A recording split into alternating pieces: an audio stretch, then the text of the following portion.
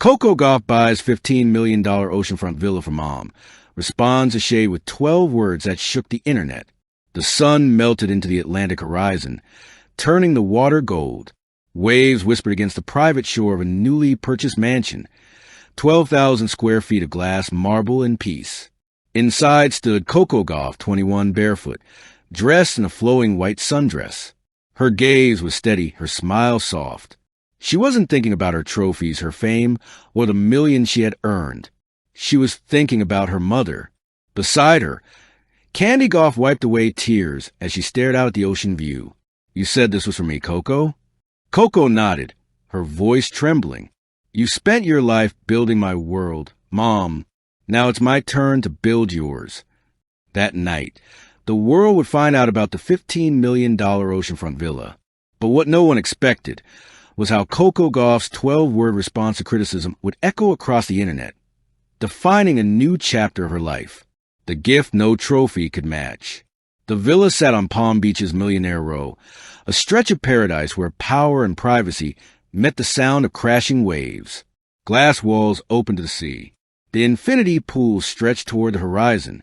Inside, the decor whispered elegance, white stones, soft linens, and sunlight that painted everything golden. But for Coco, it wasn't about luxury. It was about legacy. She remembered the early mornings when her mom woke her up for practice before dawn, when money was tight and belief was everything. "You'll thank me one day," her mom used to say, smiling as she packed her racket bag. "Not with words, with your wings." Coco never forgot that. And now, as she handed her mom the keys to a house that faced the endless sea, she said softly, "You gave me wings, Mom. Here's your sky." The internet finds out. It started with a single Instagram post, a sunset photo, Coco and her mom, standing hand in hand with a caption, "For the woman who believed in me before the world did. Welcome home, Mom." Red Heart, Desert Island. Within minutes, it went viral. Fans flooded the comments. This is what success looks like. She's not just winning matches, she's winning life. From Delray Beach to a Palm Beach villa, what a journey. But where there's light, shadows soon follow. The shade begins. The gossip blogs picked it up first. Then came the cynical tweets, the think pieces, the noise. 15 million? That's excessive. Athletes these days don't value money. She should focus on tennis, not luxury.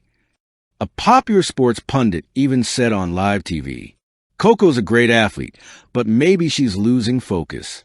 You don't buy mansions when you're supposed to be building legacies. It was meant to sting. And for a brief moment, it did. Coco scrolled to the comments late that night, sitting on the balcony, the moonlight painting the waves silver. She wasn't angry, just disappointed. "They don't know, Mom," she whispered. "They never saw what we went through." Remembering the struggle. Flashback. Delray Beach, Florida.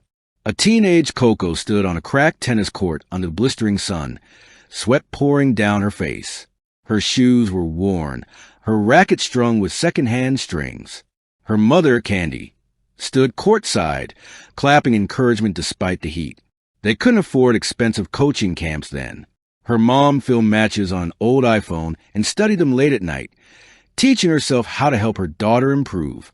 Her father worked multiple jobs to pay for travel and tournament fees. Sometimes, they'd share one hotel room with 3 other young players. But through it all, Candy's voice was unwavering. "Remember, Coco, it's not where you start. It's how strong your belief runs."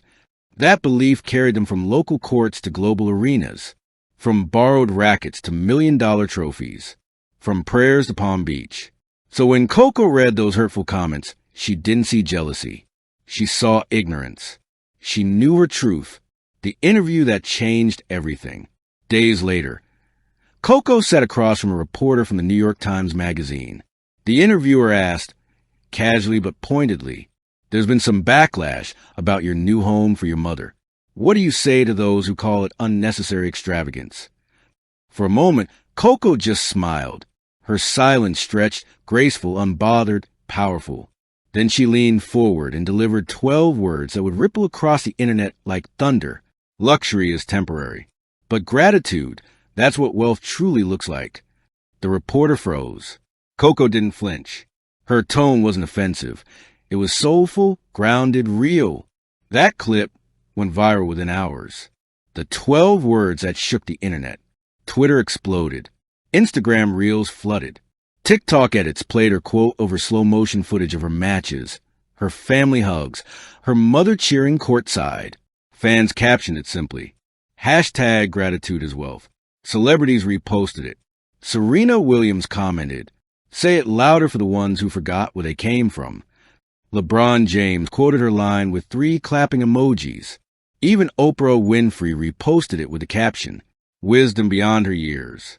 Gratitude turns victory into legacy. For Coco, it wasn't about virality. It was about truth. Because behind every dollar of that $15 million house was 1,000 hours of sweat, tears, and sacrifice. It wasn't a mansion. It was a thank you.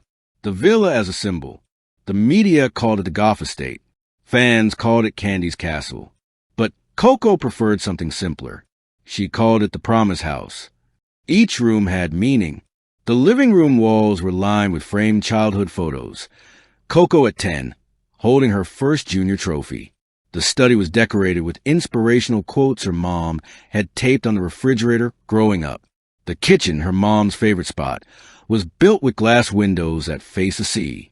"You used to cook while watching me play," Coco told her. "Now you can cook while watching the waves." At the center of the house, in a quiet corner by the staircase, hung a plaque that read, "To my first coach, my loudest cheerleader, my forever home." The internet's final word. Months later, as the world moved on to the next viral moment, one post still lingered.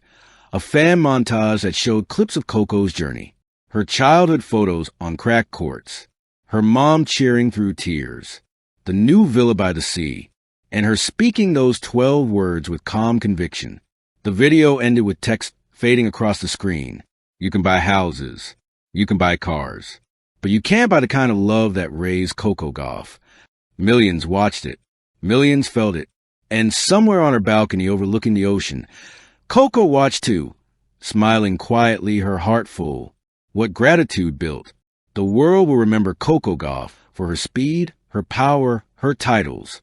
But her truest victory came not from lifting trophies, but from lifting others. The ocean whispered outside the villa, the same sea that carried her story from heartbreak to glory, from humble beginnings to lasting purpose. She turned to her mom, who stood beside her, eyes glistening with pride. "You did good, baby," her mom said. "No, Mom," Coco whispered. "We did good." And as the waves kissed the shore, the legend of Coco Gauff, the girl who gave everything back, grew deeper, brighter, and more eternal than ever before. Because long after the applause fades, what remains isn't the house, the trophies, or the fame. It's the love that built it all. Thank you for watching. Please don't forget to hit the subscribe button, like, and share. Till next time.